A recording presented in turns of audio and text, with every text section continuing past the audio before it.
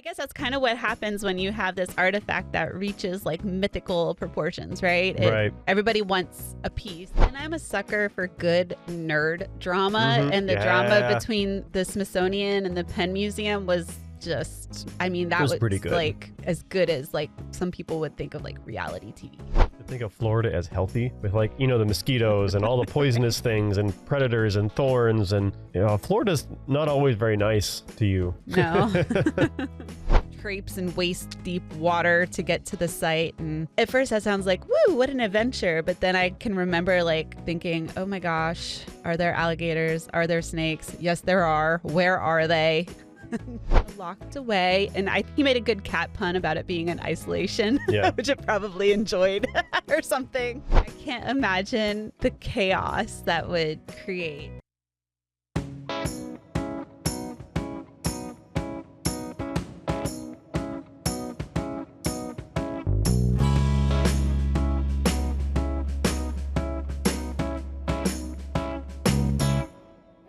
Welcome to Archaeology Books for Fun, digging books that aren't drier than dirt. I'm your host, Tristan Herenstein, and with me as always is my co-host, Barbara Clark. Hi, everybody. And today we are finishing up the last section of The 9 Lives of Florida's Famous Key Marco Cat by Austin Bell. Austin Bell, thank you. But before we do that, we have a little bit of housekeeping as per usual. If you are listening to this or watching this or whatever platform you're on, please like, subscribe, follow, whatever is relevant. It helps get the word out. We'd really like to see people discover this and enjoy the podcast, so please consider doing that. Also, if you'd like to support our efforts, you can check out the donation link in our description. If you can't support us financially, that is perfectly okay. The likes and subscribes are a very helpful thing to do as well. And before we move on into our book, we do have a comment on our episode, which was titled A Child's Toy with Mercury. We did this last year, November-ish, December, one of the two.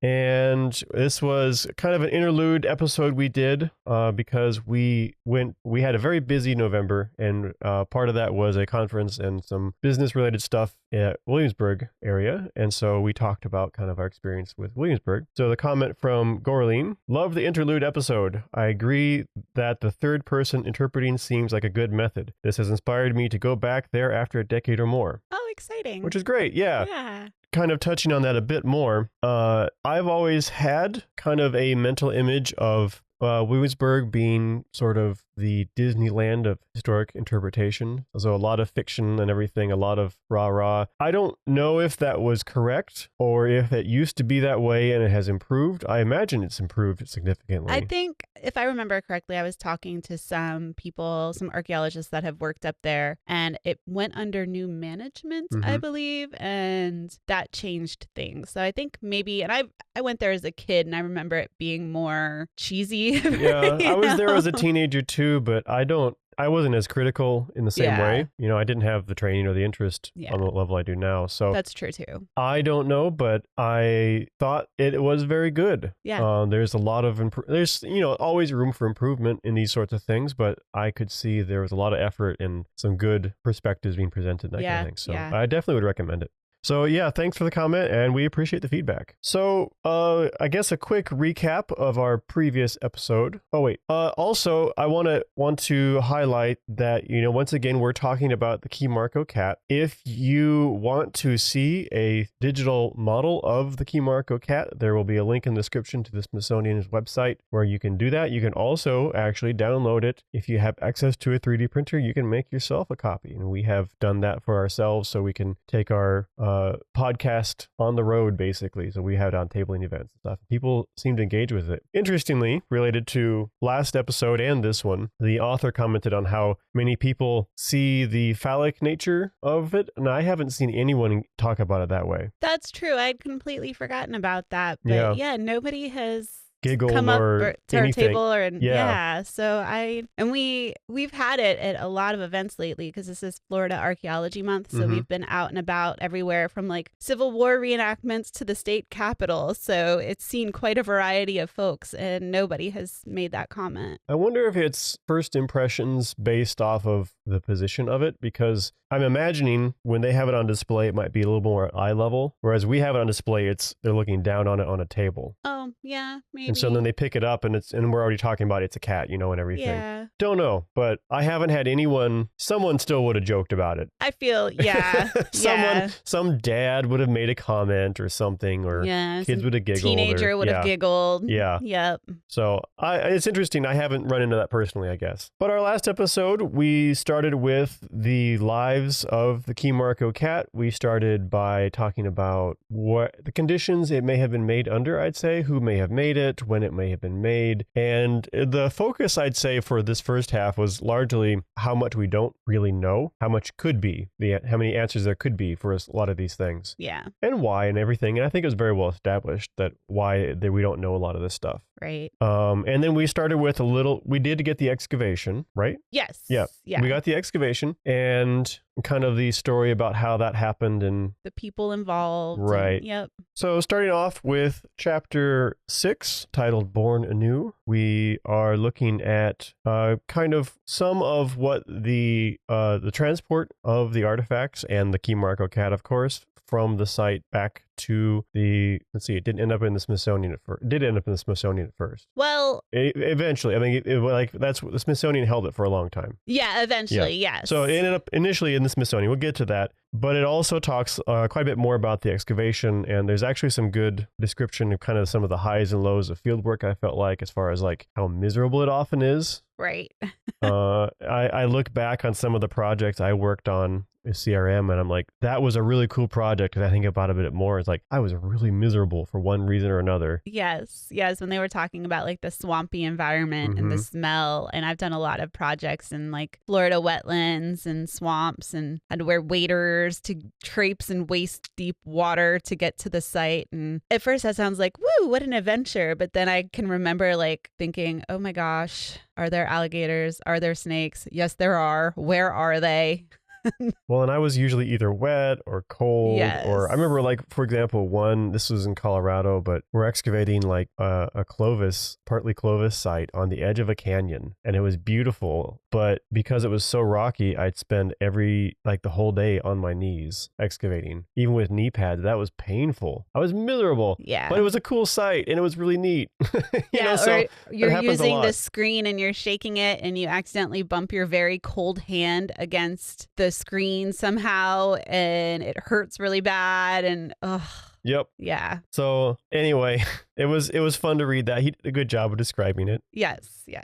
We talk a little bit about Cushing himself. He seemed like an interesting character. I didn't go into a ton of it, but described as a genius, but seemed like he didn't get along with his peers quite often as well. And I had forgot how, like, in reading this, I had forgotten that he was younger than I thought. So I guess he pretty much started his career as a curator at the age of 19. Yeah. Like, what?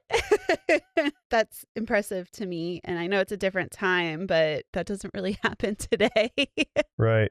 The book doesn't go into detail, but it says he was criticized at the time for being lacking in the field, but is more appreciated today. I'm curious what was seen as lacking in his methods specifically. Yeah, I mean, we have things now by our standards, but by my understanding of the standards at the time, he was above and beyond, and maybe that was the problem. Yeah, and I guess he was best known for his ethnographic work with the Zuni, which is like in the southwest part of the U.S.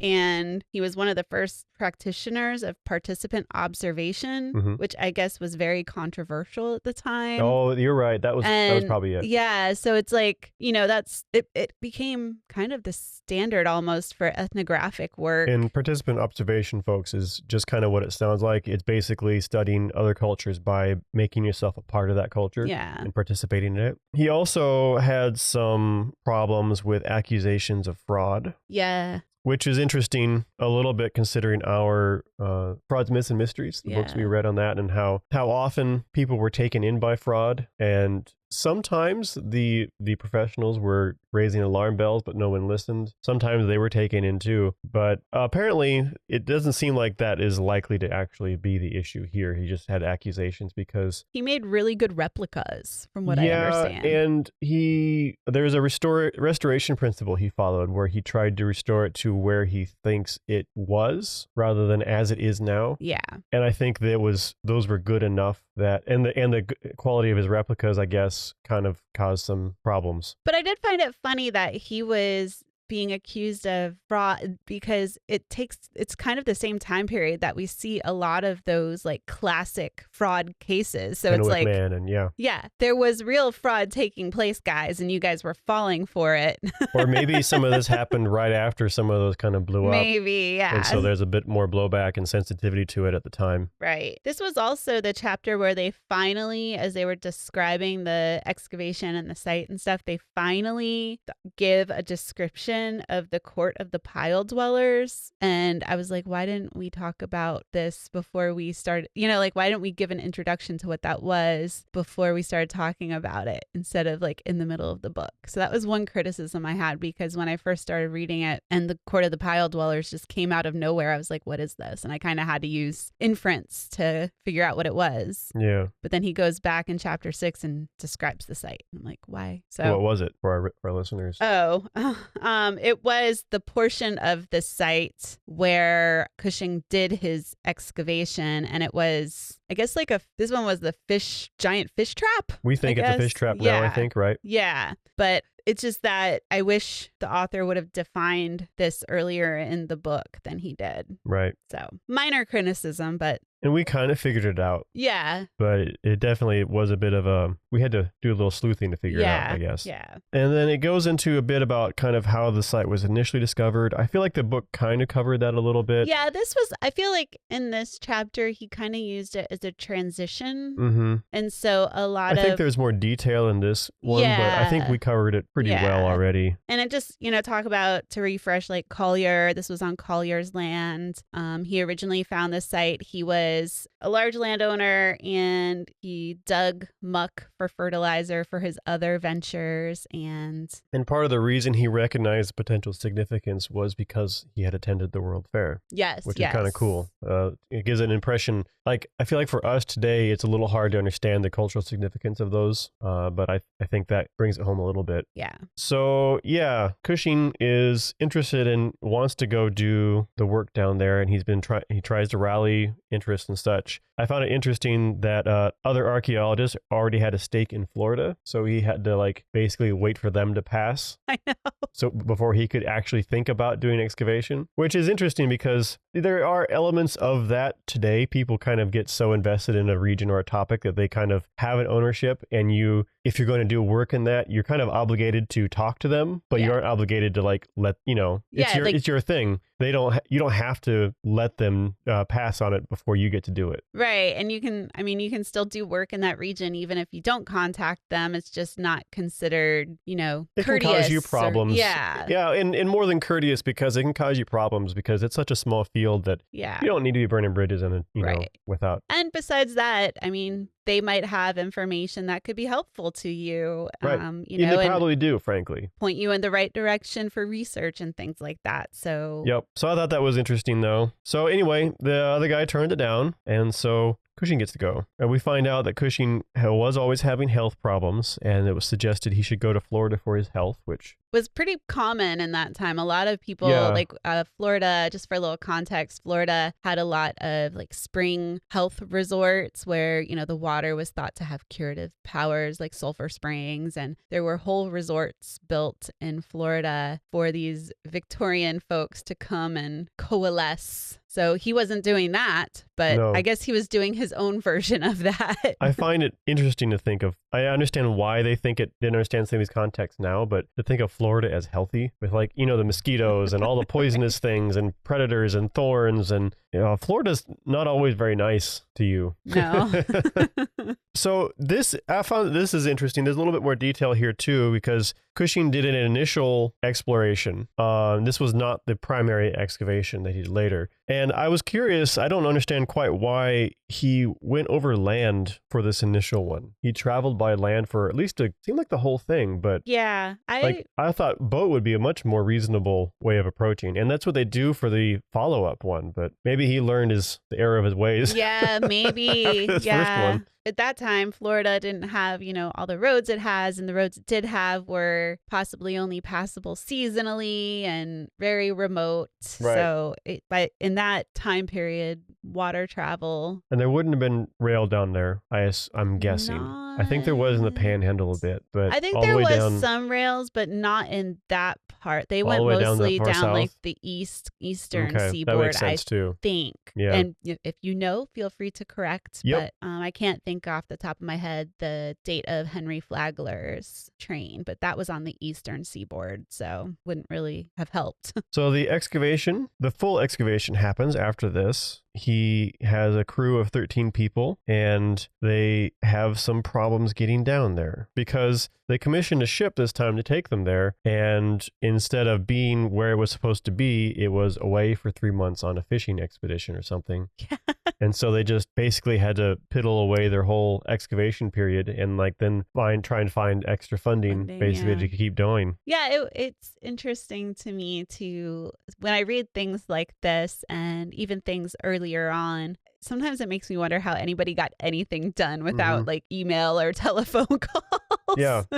And a little description of the excavation method I found interesting. They dug a trench and they dug inch by inch, foot by foot, horizontally. Yeah. Well, that's... And I guess they had a grid system too, which... Yeah, they were digging huge units. Yeah. But to have a grid system at all, I found interesting because usually I associate that with mapping. So I'm wondering if there were any solid by today, at least somewhat solid by today's standards, maps of the site. Yeah. And so as far as what they found just a ton of objects, mostly perishable objects, it seems. Bone and shell being the harder ones listed here, at least. Problem, though, because they were pulling them out of muck and they're in the sun and dry climate, they were just disintegrating. Yeah, it says 25% possibly of the perishable goods were destroyed. During the excavation. Because it's just so fragile. Right. And that doesn't even account for what may have been lost after. Even, right. So for everyone's reference, you've probably heard of bog bodies and that kind of a thing. And essentially, when an object is in the same environment all the time, and especially if that environment is always wet or always dry, things tend to last really, really well. When you take them out of that environment, now they need to reach equilibrium with a new environment. And that's when things fall apart. I have actually seen pottery disintegrate in a similar way. Yeah. On us. And so with their understanding of methods and not having potentially excavated something like this before and what chemicals and things they have available to them, it's no surprise that a lot of it just didn't last. And amazing that as much did last as we have still. And I've always been impressed by the forethought of bringing Wells Sawyer, the artist, out there. And I don't know, it could have just been to document the excavation itself. Maybe that was standard, but it's still glad they did it. And I remember, on the dig, I think they had photographers out there, but they were teachers who were kind of out there and became ad hoc. Yeah, so in that case, in the story, they had an official photographer, but in the real history, it was just some people showed up. Yeah, but I don't know that he was specifically out there because they were like, oh my gosh, this stuff is so fragile, please document it. It might have been just like, hey, take cool pictures of us excavating. I don't know, but I imagine they were aware of the potential for recording things, but I don't know that and he did paint a lot of the artifacts, like the masks paintings of the artifacts. Paintings of the artifacts, not painting on the artifacts. It's not beyond reason that they could have done that, so yeah, we got to be clear. Yes, true. Then we get down to when the cat was actually found, which was interesting how this kind of plays out because we're not 100% sure because Cushing's journal is missing from that period. There was accusations of fraud levied against him. I think this is a separate from previous ones, if I understand that right. And so they think that the journal may have been taken somewhere else for analysis, essentially to address the accusations, and then we don't know what happened to it since. We do have a really good journal from one of the other excavators, though, and basically it's good enough and reliable enough that we can probably trust it. So we have a good idea, but it's not 100% kind of a situation. But apparently conditions were so miserable before finding the cat that everyone was just about ready to quit. And I guess it shows up in letters. And that's one of my favorite things about historic documents is you can see in the handwriting, in the way they talk about things, what state of mind they are currently in when they're writing that. I have a whole lecture I love doing about that. And I guess you can see it very clearly in these documents that everyone is happier and more hopeful after they find the cat. And there is also a report, kind of. Yes. And like, it's not a great report, I guess. And it's quite a bit after the fact. Yeah. And again, we don't have the documents it's based off of either. And the provenience for a lot of the artifacts is missing. I think like only 24 artifacts are given precise in quotes, precise provenience for. And the provenience for people at home is just very precise location information about where the artifact came from. Yeah. And that's important because it's all about context. Yeah. And provenience is important piece of information for us in that context. I mean, I guess for that time period, we should be thankful that he gave provenience for anything, honestly. And drew a map and had any, because he didn't really have a concept that you could learn a ton from this, even though he did get some things kind of figured out, like his suspicion of, I thought it was really cool. Is it in this last episode where he observed that the artifacts tend to be distributed on one side of the kind of marina thing, and that he suspected was because of a storm. Yeah. And so he was getting to some of this detail. He was trying interp. Yeah. I do like the phrasing for this section, though. Lion in wait. I thought that was good. And then finally, we move to the, frankly, huge effort it took to get these back to DC. The fact that any of these artifacts made it to DC seems pretty impressive, considering. Well, they almost didn't. Yeah. So most of them went by ship in bulk, and then some of them went with Cushing. Yeah, they were from a ship to a railroad. Mm-hmm. And then some of the more interesting artifacts, favorites of Cushing's kind of thing, they went with him personally, but they were actually, I guess, after the ship that almost capsized, like there was a storm and the ship, I guess, started to flood. They had to like take shelter in a bay or something, but it was kind of a near thing there for a moment. Yeah, so they almost ended up at the bottom of the bay, it sounds like, or the bottom of the ocean. Well, and remember the kind of the risk of this, thinking of stealing history, we talked about the Greek artifacts that the English guy was basically looting. I forget the name of them right now. Some of those were lost because he was transporting them by ship and the ship sunk. Yep. So we almost had a similar situation here. Yeah. And then Cushing, I guess, personally loaded them onto the train, but it seems like he was very nervous about this whole thing. So he ended up taking a couple boxes, I think, with him of artifacts that he felt were important, and one obviously included the cat. I was intrigued by he had a little problem of dispute over increased shipping rates with the train. I also liked how they packed it. I thought it was pretty clever because they didn't know how to like pack these valuable objects for the journey. And so they actually packed them in sand, which on one hand, yeah, that's probably the absolute best way you could pack them. On the other hand, those have had to be heavy boxes. Yeah, I know. I was thinking that too. That might be the dispute over the shipping rates there, right, frankly. Yeah. So yeah, that finishes our chapter there. And then we get on to the real drama, I would say, of the book so far, with the artifact finding its forever home. A little bit of talk, I like this, about how amazing it is that any of this has survived, especially like the cat, basically, because it's kind of an issue of when, not if, something happens to it, because sooner or later. And my thought actually went right to the Lloyd's Bank turd, which is the largest human feces ever recovered. It was found in England, named after the bank that they're excavating for. And if you want to check it out, I recommend looking up some videos of the archaeologist, because he loves talking about it and telling stories about it. Be aware that he definitely has no problems with swearing as he does it, but he can tell him how much he enjoys talking about this thing. But apparently one time they were showing it to some people and it got dropped. And so now you can, if you look at photos of it, it's 3 pieces basically glued back together, which, how would you like that job? Right.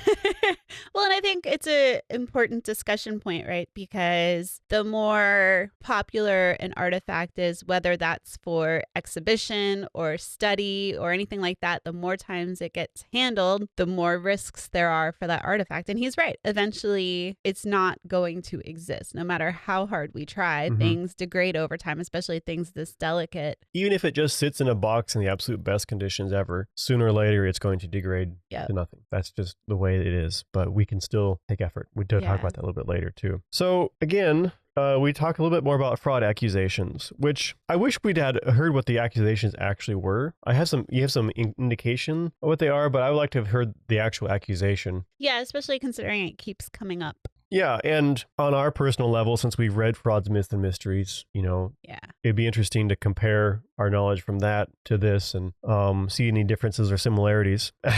And then Cushing, basically he has health and finance issues, and he is apparently causing a lot of frustrations because he's not getting the collection cataloged as quickly as everyone wants him to, which is a common problem. Yeah, and I mean, even I would say it's less so today, but it still happens. And it's because to the people who love doing the field work and everything, cataloging and cleaning everything in the lab is not something that they are necessarily inclined to do. Yeah. But yes, it is definitely better now. But I remember some professors in college that had collections from 20 years ago just sitting in their office that they'd never dealt with. There's whole, students write whole papers and theses and dissertations on collections that were originally excavated, 20, 30 years ago that just kind of sat because the archaeologist at the time was studying maybe the site below that stuff, or, this was just in the way, get it out of the way kind of thing. Yeah, we know someone who did Pensacola's Red Light District, which is a more recent, and the excavation was interested in the colonial.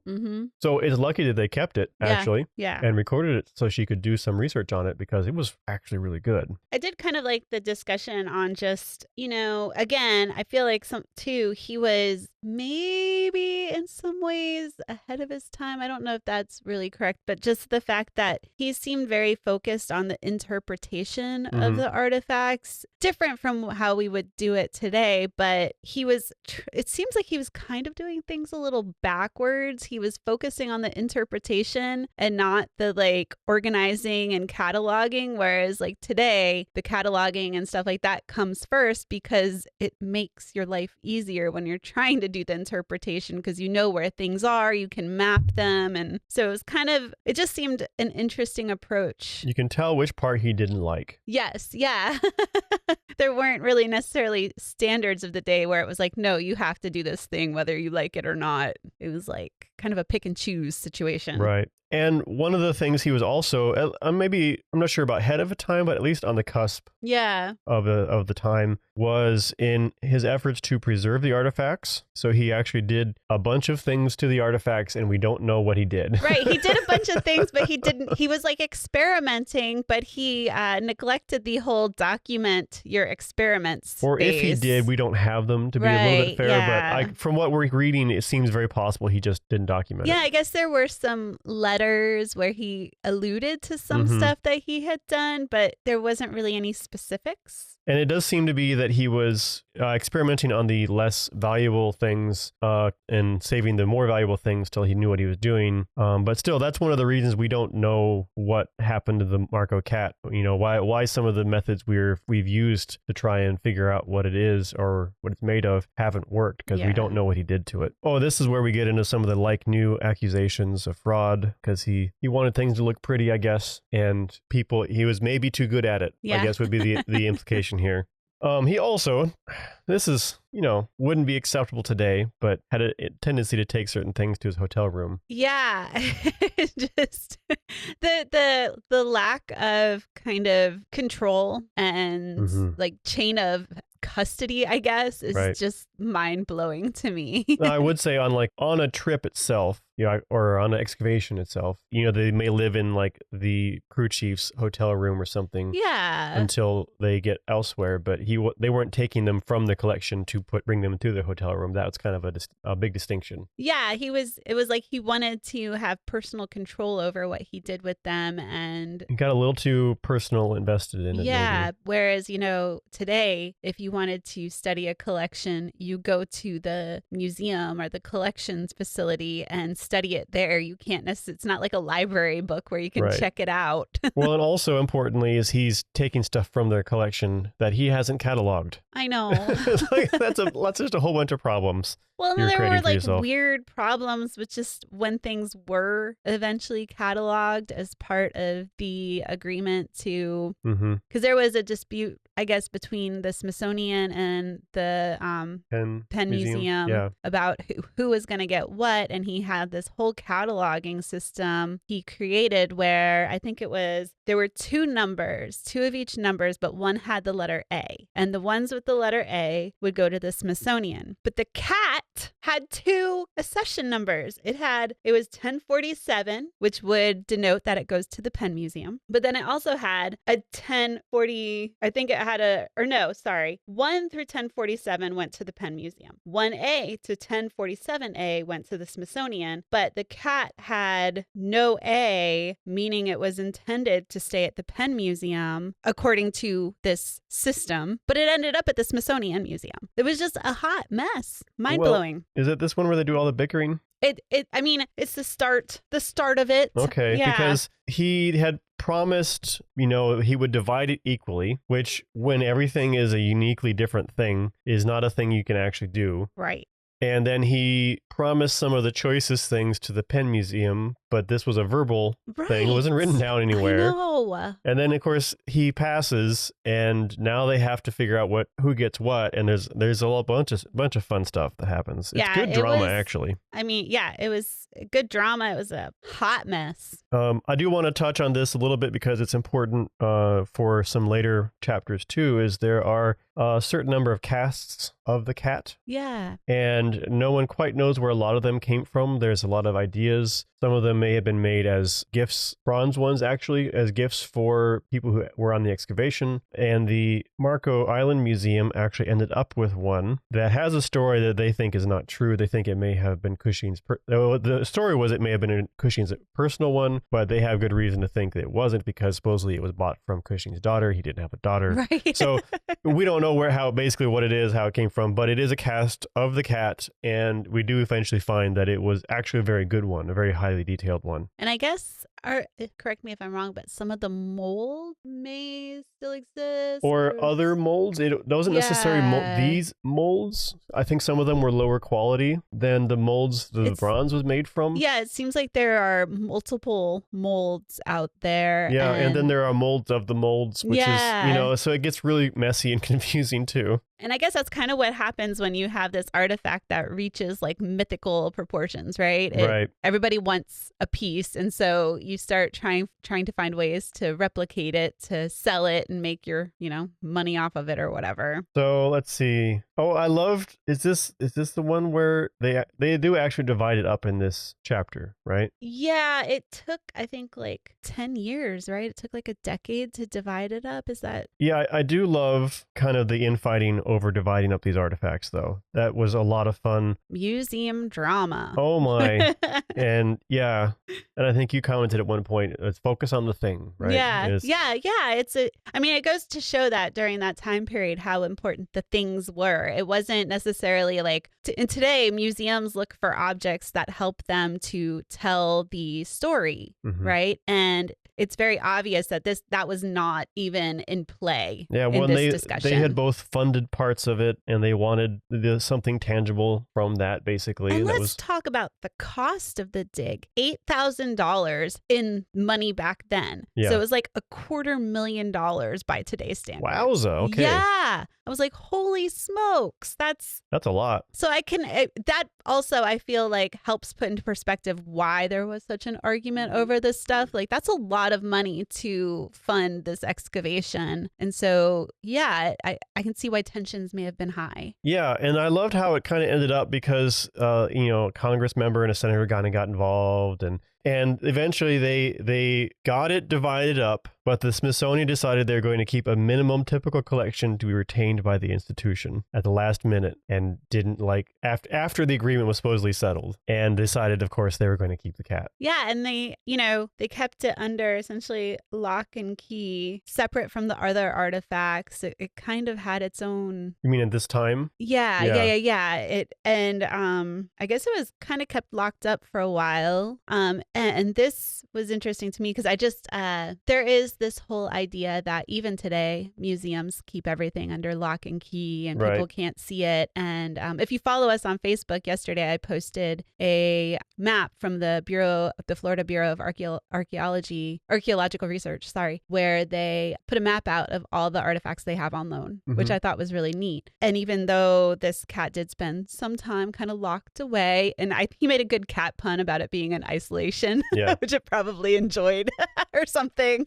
It has spent a significant amount of time on display, which we'll talk about later. Yeah. Okay. So moving on to the 8th life of the Key Marco cat. This chapter is kind of all about the exhibition history of the artifact once it was returned in Smithsonian's care. So it's basically seems like it's been on exhibition almost since it was settled who controlled it, or even before, actually. Yeah. Wait, no, I'm sorry. I misread this. There was actually a 1892 to 93, but this had Key Marco artifacts, but not the Key Marco cat. Yes, correct. Okay, that's right. And this was a traveling exhibit, it seems like, that was commemorating the 400th anniversary of Christopher Columbus's voyages, which ick. But yeah, and the author does a good job of talking about that and kind of placing it in historical context as well as agreed. Yeah, so and how we can be better, how we're better now. Yeah. Yep. So that was, of course, before the excavation itself, the one we're talking about. But once they had figured out who controlled it, essentially, it was on display in the Smithsonian for decades. Yeah. And even before the dispute was resolved, I guess Cushing had a tendency to take artifacts with him when he went to go give public talks and talks at conferences and things. And I can't imagine the chaos that would create, like, at a conference bringing artifacts today. It would just be so weird. And then, I mean, you could do it, but they would be cataloged and you'd have to check them out, and they'd have to be transported in specific ways. And I mean, we get a little bit of that in the next chapter, I think. Yeah. From the author. But yeah, that, and just grabbing it, hey, I'm going to take these, I'll see you later. Like, that's wild. Well, that's I guess that was, they were probably the artifacts that he kind of, I don't know, it's almost like he held them hostage. I feel like the lab director would body tackle you for trying to do something like that, because it's their responsibility to keep track of them and make sure that they are tracked down and recorded and protect them from the excavators sometimes if they have to. Like, we check out artifacts for an exhibit we do at one of the events we attend every year, and I have to sign a bunch of paperwork. We get the catalog. They give us an archival box full of artifacts with gloves. They give us a case under lock and key. Like, it's a thing. Yeah. So there are some interesting photos of the displays it was in, actually. The initial ones, the oldest ones, is like bunch of stuff, like you'd 100% expect. But Cabinet of Curiosities. It was kind of wild how much, it was just a whole bunch of things. Yeah.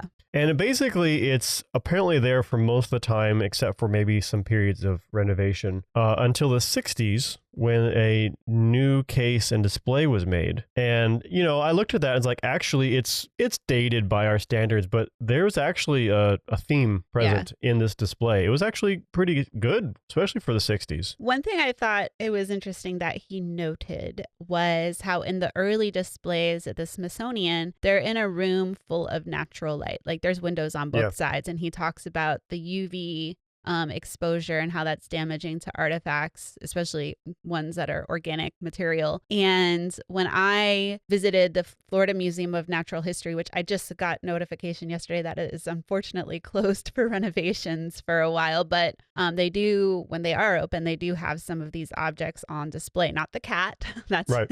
but other Key Marco artifacts, some masks, I believe, and some other animal carving and figurines. But you go into a room and it's dark, and each display case has a button that you press and it lights up the display case so that you can see the artifact. And that display case's light is on a timer and it turns off after so long to minimize exposure to light. Plus, it's a special type of light bulb and all that kind And of stuff. glasses and glass and stuff too, I think. Yeah, often. yeah, So, yeah. you know, and now I worked with a museum south of here where they were, it was a historical society and they were creating a museum. And even they, like this little local historical society, has special window visors that they pull down that are UV filters for their artifacts. So And it can times be, have changed. it's important too, because if they want to get loans, often that sort of thing is a requirement. So they have to think about that stuff ahead of time. Yeah. And then we continue. I think we don't need to go through all of the following exhibits, but from 84 on, it's been in a bunch of exhibits. I will say the thing I thought was interesting and I appreciated the author talking about was there's a very clear progressive attempt towards representing Native American heritage better throughout these. And every time they're trying something, there are always criticisms of it, and they're trying each time to be a little better with it, and they are being better. Yeah, I guess now I forget what exhibit it was. Was it at the Peabody? I guess it doesn't really matter, but there was one exhibit within recent decades where it was the first time that it attributed this carving to an individual artist, an indigenous artist, obviously. And that, even though it seems so simple now, like obviously it was carved by a Native American, making that attribution at the exhibit in writing is a big deal. Yeah. It's a big turn about how we deal with these things. Yeah, that was the 2010 exhibit, I believe. There was a 2004 exhibit before that was notable because it was the first time that it actually incorporated, it consulted with Native American groups for that exhibit. That's the first time. It's wild to think that it took 107 years before a Native American person was consulted on how these things would be displayed. Yeah. But yeah. And I think he talks a little bit about the interpretation and how the exhibit, the interpretation of that and other objects kind of, to me, seems more educational. It gives a little bit of insight into how Native Americans would view these objects rather than just like a bunch of old white dudes being like, this is what we think it is. Or, hey, this is pretty. Yeah. Yeah. So yeah, it's kind of cool. I enjoyed it, but I don't know that we need to go through all the details of the different exhibits beyond that. A lot of it's like it was here for these amounts of time and then it was moved to this place, and it's like, that's okay. But I like the general over ideas of everything on this chapter. Is this the one where they talk about the Marco Island, how it was originally on display at a bank in order to help raise funds to build the museum? Yeah. Was it on display at a bank for that purpose? Forget that entirely. Yeah. It was in Florida for a little bit. Yeah, it was at Citizens Community Bank in Marco Island, which was only about a mile from the site where it was originally found, which is kind of neat. And only about 18,000 people saw the exhibit because as part of the agreement, it was only on display for a certain number of hours and there had to be like a docent there with it, which is kind of cool in a bank. Right. But it was like the first attempt to bring the cat home, I think, temporarily. Right. And then I kind of like this section too. The chapter ends talking about local perceptions of the cat and how he observes there's almost entitlement and resentment around it, which he doesn't condemn, but he doesn't really necessarily always approve of either. But he does a good job of kind of like helping us understand it, even though it's, it's interesting. Yeah, it's like a point of pride for the community. They right. But it's not your heritage too. Yeah. So it's kind of weird in that regard. But there's a lot of resentment around, as we said, the Smithsonian keeping it in a drawer, which we now know wasn't the case. Right. And how badly they wanted it loaned to the museum, basically. Yeah. But, and we see this when we talk to people who aren't archaeologists or curators, and then they start to understand the intricacies of what that would involve: climate control, UV control, like all this stuff we've kind of talked about and we'll talk about more. Then they're like, oh, okay. Yeah. But you can't, if you don't know, you don't know. Right. But it is kind of weird just from our perspective, or at least my perspective. Like it's a cool artifact, but it's not even directly their culture. Right. But on the other hand, I guess this is something archaeologists have fallen afoul of before, where I've read cases where an archaeologist goes in and there's this local myth around this site, and they excavate and find out that it's not true. And then there's huge blowback. Yeah. And that's because from their perspective, this is outsiders coming in and attacking their identity. Yeah. And I could see a slightly similar situation happening here. Well, and it's become an economic driver for this community now too. It's like taken on this whole other thing where, there's signs around the community that have the cat motif on them, and, trinkets being sold in gift shops and things like that. And I was kind of looking at the numbers, because even though we might have issue with the cat as being like this weird symbol of this community, considering it's not part of that culture and all that, I feel like it has kind of done good. It's kind of become part of the culture in a way. Yeah, you definitely could argue that it's point. evolved. And I was writing down some of the numbers. So at other exhibits that weren't in Key Marco, millions of visitors saw it. Like think of like the Smithsonian and some of the traveling exhibits and things like that. And then I know I had asked you, because you know some folks at the museum, how many people have gone to visit the cat, right? And 140,000 visitors in the last 6.5 years for this tiny like historical society museum. In this town of 16,000 people. Yeah, there's 16,000 people in this town, and a lot of the residents are only part-time residents too. It's a kind of a seasonal snowbird community. So that's really impressive.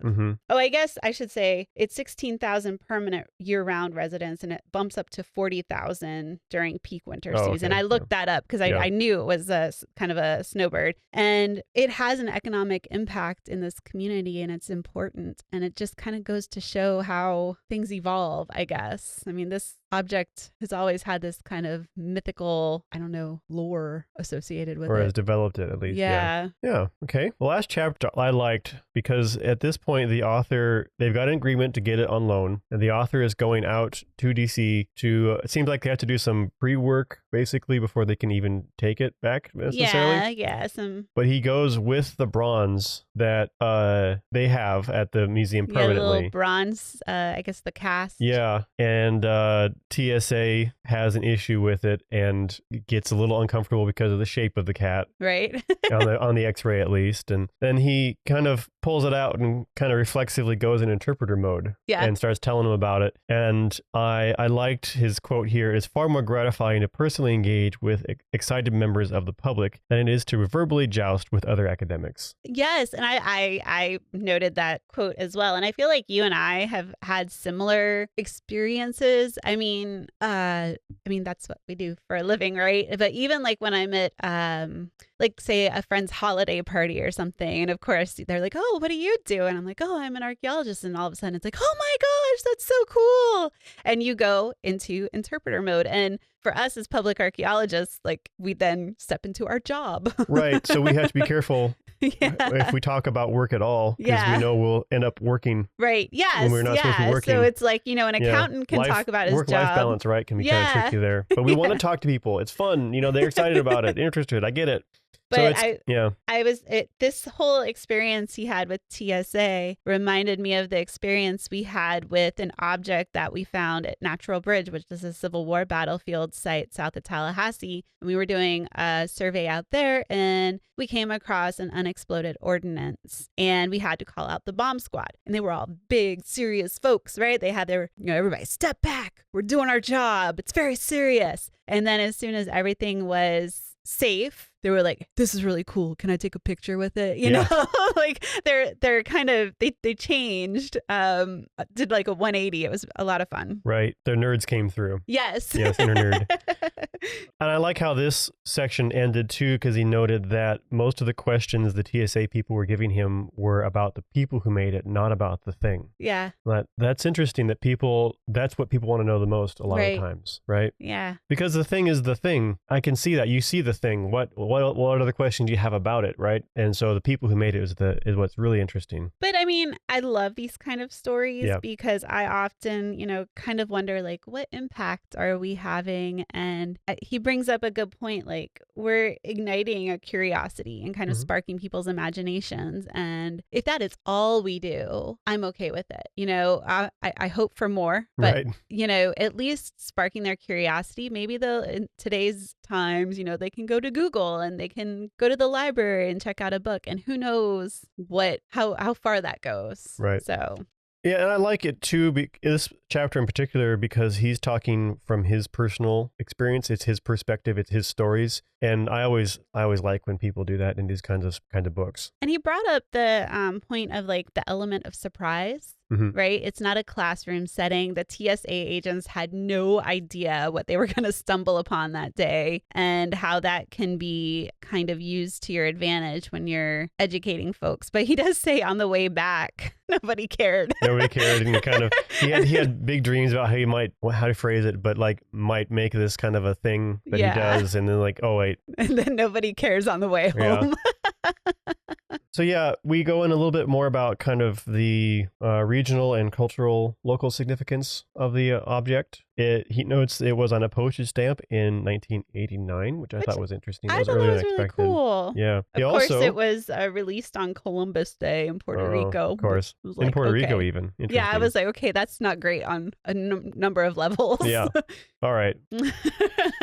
He also notes that I like this one. It was on the 2019 Florida Archaeology Month poster, which I have that poster in my house, actually. I don't believe there are any more in existence, but you can see photos of them and stuff online still. Then we go into kind of what went into the museum. Essentially, when he started working there, the museum was not in any condition. And this is the Marco Island Historical Society. The Marco Island Historical Museum. Thank you. Was not in any condition to receive something as valuable and fragile as the cat.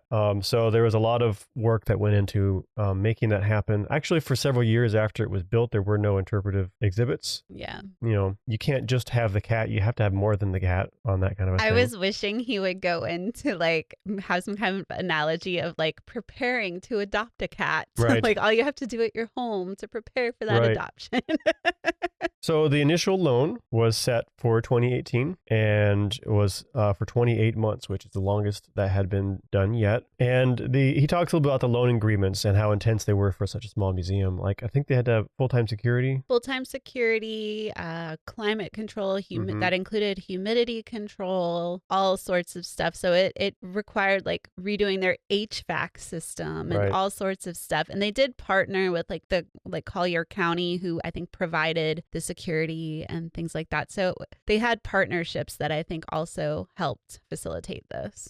And so the cat was returned, and this was a very big deal locally, as you would expect from what we've talked about already. I liked specifically, they also did an exhibit talking about the work that went into getting the museum ready. Like, actually, I'd go to see the cat, but that's what I would really take away and remember is I would find that very interesting. And the cool thing, he also mentions that although this was all done for the cat, this sets the museum up for future loans as well. Like this is not a one and done thing. It's something that can be beneficial to other objects and objects already in their collection too. Yep. And then because of how intense the response was, I guess the loan was extended for another 5 years, which is a huge deal. Also, interestingly, I want to point out that this was during COVID. So actually, those numbers that we cited, how impressive they were, happened during the pandemic, actually. immediately still too. So, and after, because we've seen for a while, we saw participation in things drop off pretty significantly. So I can imagine that affected museums like this quite a bit too. So that's still great numbers, especially considering that and keeping that in mind. And, he talks a little bit about the funding for just museum collections in general and how important like grants are and different organizations that support those grants. And I just always like to mention that stuff, like grants are a big deal when it comes to museum funding. And they're critical. Yeah, they're critical. And also he talks about how they bought some objects. And I thought it was funny. They bought them on eBay because you would think museums have this like magical place they go to buy objects. And no, a lot of times it's just the internet. Just like, eBay. Yep. But museums do indeed buy objects. Sometimes they'll go up for auction and things like that from private collections, and museums try to get their hands on them for more public display. But I did appreciate how he just kind of talked about all the logistics involved, both with like the facility, the funding, and also just how they acquire objects, because I feel like it's kind of a behind the scenes tour of sorts. And I did note, Tristan, that the museum at one time was a Pokemon gym, and it brought me back to when Pokemon was big, and you and I went out. Pokemon Go, folks. Yeah. Pokemon Go. Pokemon Go. Sorry. Yeah. Pokemon's still big, Barbara. I'm not cool, you guys. I'm a nerd, but not that kind of nerd, I guess. But Tristan and I, for a long time, or at least a little while, we were going to historic sites that we knew had like Pokemon Go gyms and stuff, and setting up booths. We were like, we're going to get folks where they are, and it worked sometimes. It did work sometimes, yeah. Sometimes very well. Yeah. Yeah. And so we finish up the chapter with kind of talking about a little bit what is the future of the artifact and the collection in general. One thing he talks about is how this assumption that the site is completely destroyed, there's nothing left, but actual excavations have found that no, there is some areas still intact. There is still potential to learn about the site. Just a lot of it is gone, but it's still out there. And that's something we've run into before. I've run into before, where assumptions are, though, this is completely gone. And it's like, no, actually. Well, we thought that might be the case at Natural Bridge, where we found that unexploded ordnance, just because it was in private hands and people had looted it over the years. But we were able to find quite a bit of information. We found a shocking amount of metal, actually, from that little battle. So, and when archaeologists today, when they study a site, they do more of a sampling approach usually because we understand that in the future there could be new technology or new methodology that might help us learn more. And if we excavate all the sites entirely, we won't be able to do that. We won't be able to take advantage. What happened with the collection from Marco? Even though if he hadn't done that, we wouldn't have it today. Right. Because it would be a hotel. But one of the reasons we have so many questions about it, is because of when it was excavated and the methods used. Which brings us to the next section, which is talking about what might be learned from it in the future. So, for example, a lot of technology can be utilized. Radiocarbon dating actually can now account for contamination.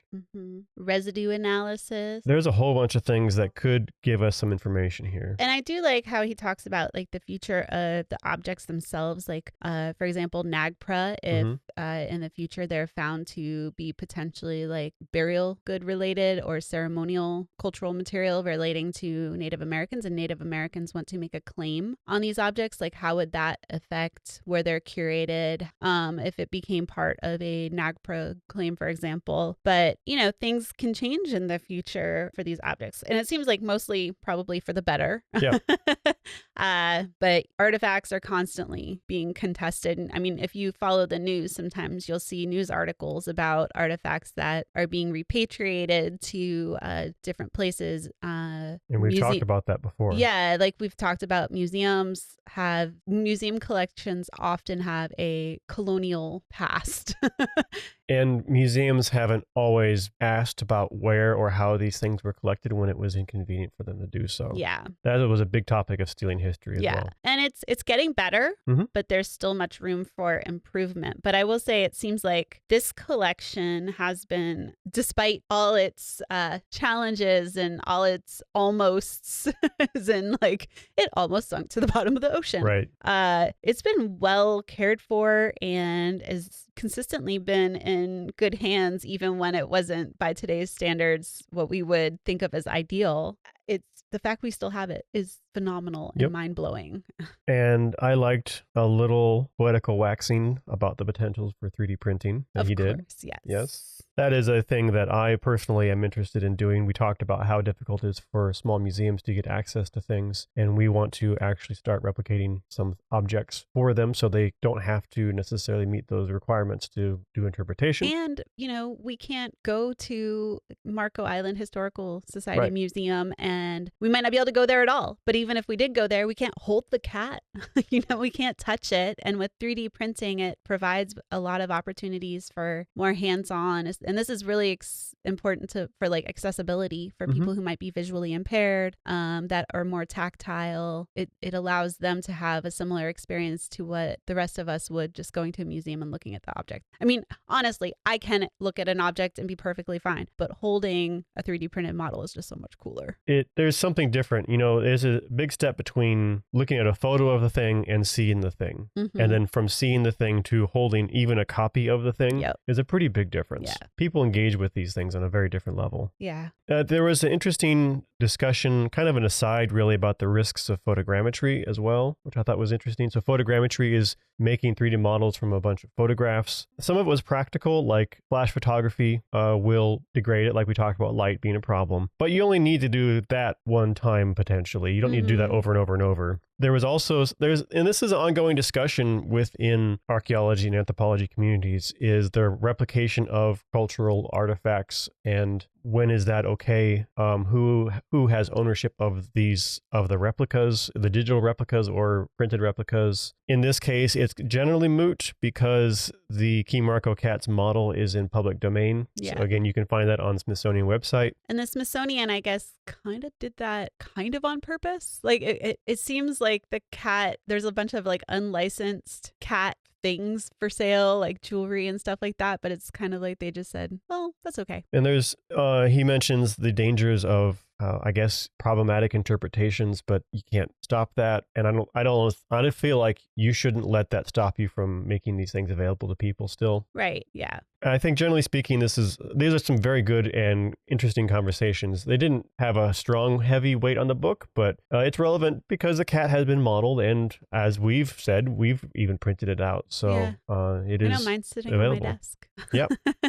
Well, and the thing is, and this is something I think we have kind of realized, and maybe the Smithsonian has too, and that's why they're not cracking down on this. There are going to be those bad interpretations out there, whether or not we put ours out there, right? Whether or not there's good there's going to always be bad or negative information or incorrect information out there for people to consume. So the only way to really combat that is putting the correct stuff out there too. You can't stop that other stuff. Yeah. And as far as problems with ownership sometimes too, because we've talked about how there's kind of a colonialism problem with some of these objects and certain institutions, Western-based institutions, owning them when they weren't theirs to begin with. And that gets more complicated when you're dealing with a replica of a thing, photographs of a thing, especially in cases of, I know there are certain situations where certain Native American groups do not want any photographs even taken of things. So that could be just very complicated. And I think it'll be interesting to see how this develops and kind of how people figure out how to navigate this situation. Yeah, for sure. But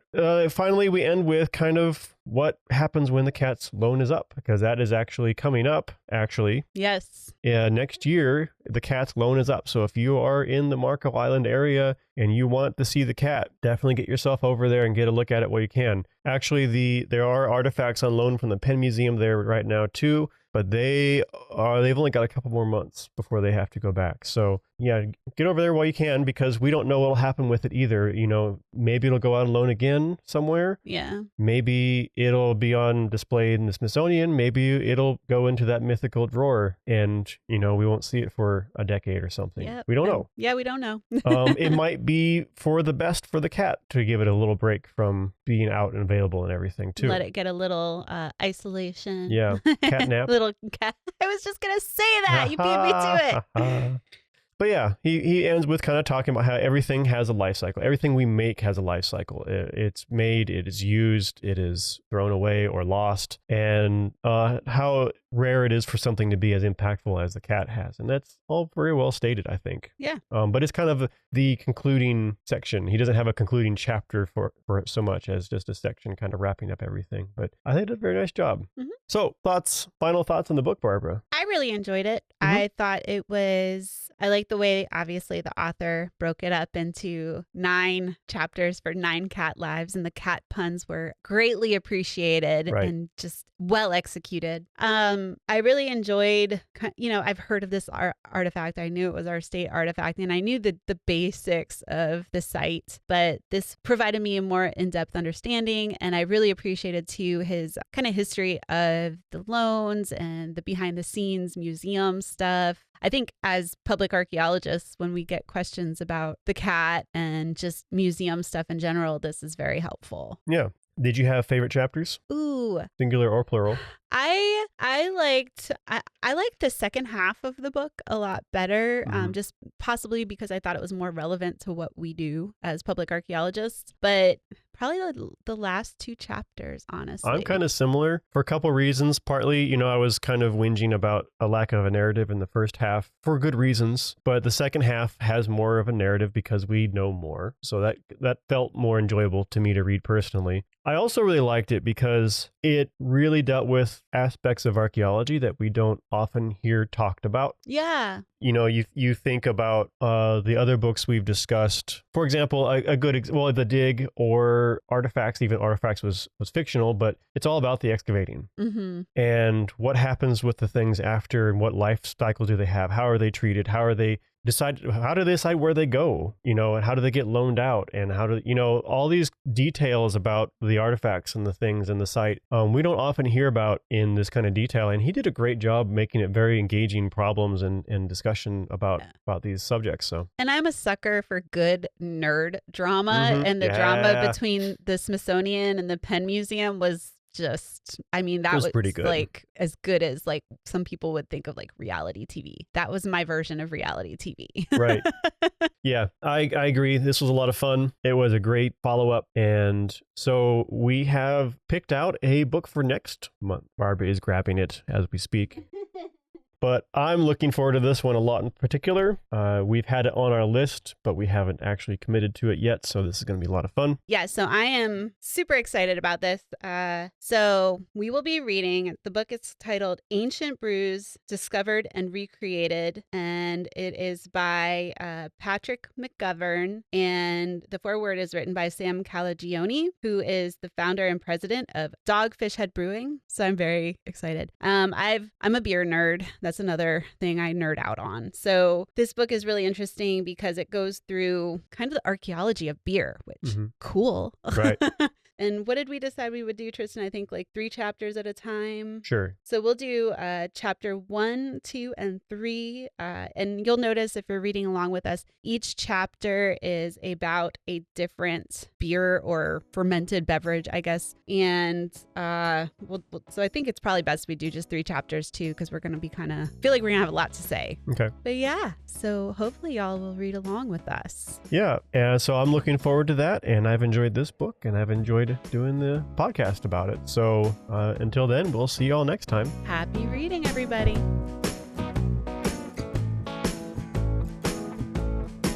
Archaeology Books for Fun is brought to you by the Florida Public Archaeology Network, a program of the University of West Florida. You can find out more about archaeology and about FPAN at fpan.us. We appreciate any feedback, so if you're listening to us as a podcast, please leave us a review, and if you're watching this on YouTube, please like and subscribe. Thanks for listening.